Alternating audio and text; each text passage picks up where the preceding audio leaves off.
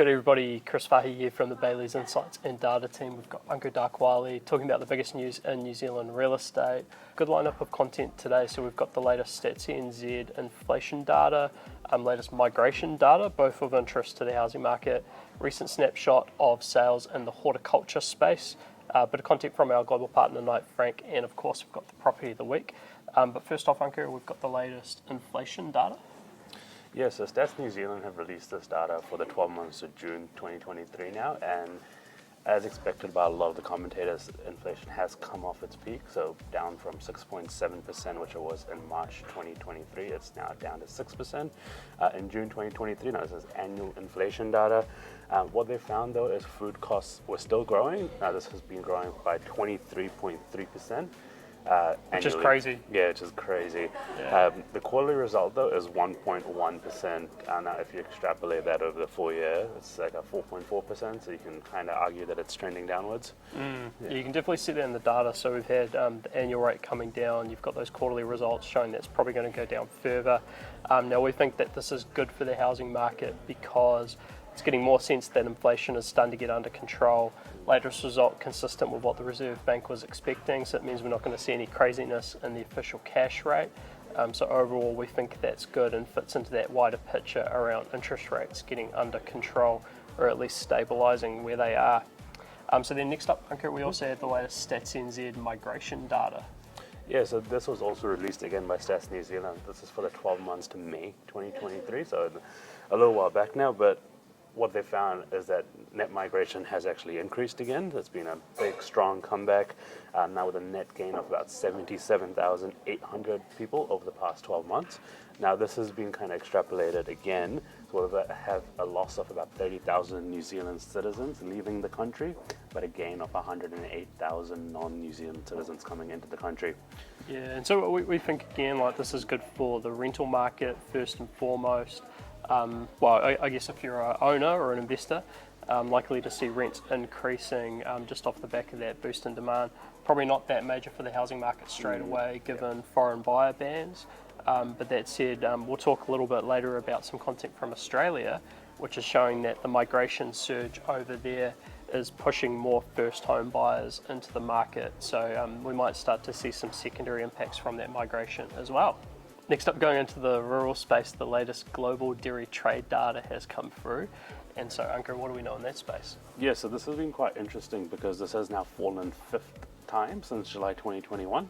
Now, this has been attributed to lower global demand due to deteriorating economic conditions globally, and this has caused the major banks to actually reduce their forecasts for milk price in New Zealand. Now, ANZ is now forecasting $7.75 per kilo of milk solids, while ASB is forecasting $7.25 per kilo of milk solids.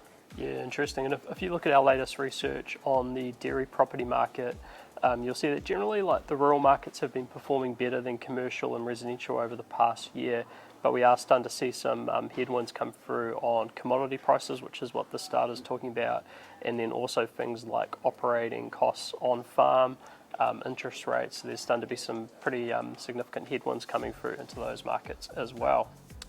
And then next up, sort of completely different, right? We've got Tesla opening a second dealership in Auckland. Now, Ankur, what do we know about this? Yeah, so this is located now in Mangere, and this is its first full service kind of location. Now this is going to have a customer lounge, a body repair center, a showroom, and a service center as well.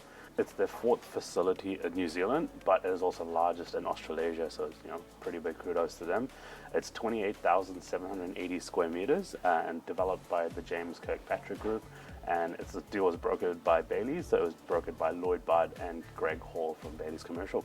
Yeah, it's a massive deal, and nice little addition to Auckland region, so exciting to see that come through. Next up, we've got our weekly sales snapshot.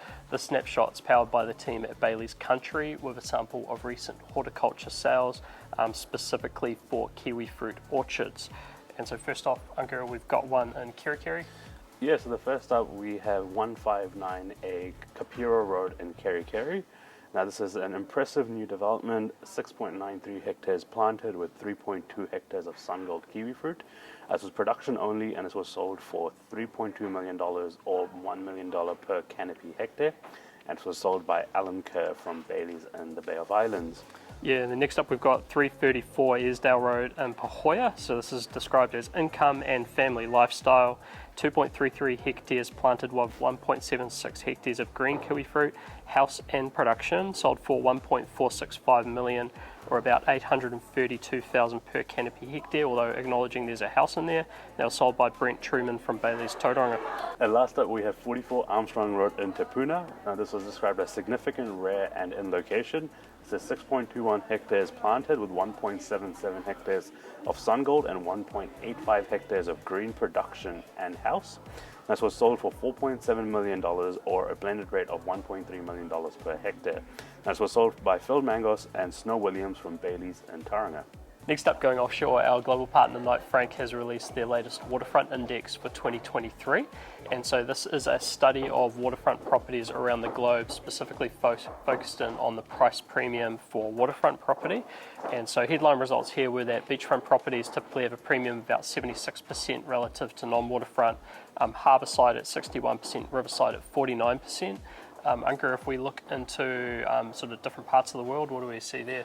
Yeah, so if you dive down into locations, the APAC region absolutely shines over here. So we've got Sydney, which is 118% price premium compared to a typical property. Now Auckland is at 58%, and Monaco is at 48%. So you can see that Auckland's right up there near the top. Yeah, interesting. So obviously within our part of the world, people really value those waterfront properties. Also a good opportunity just to give a little shout out to our Bayleys Waterfront magazine, which is coming up soon. So if you are planning to list a waterfront property, definitely check that out, as I think, New Zealand's premier collection of waterfront properties. Next up, our global partner Knight Frank has also released their latest Australian residential review.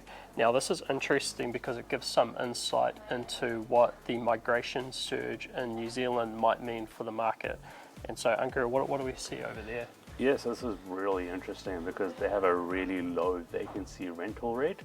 So there are pretty much no rental properties on the market right now, with a vacancy rate of 1.4% nationally in Australia.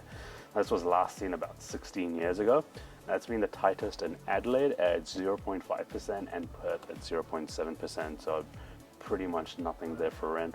Now this tight rental market has been attributed to the high migration and also leading to more activity in the first home buyer market. So the people that might be renting for a while but can buy are looking to buy now.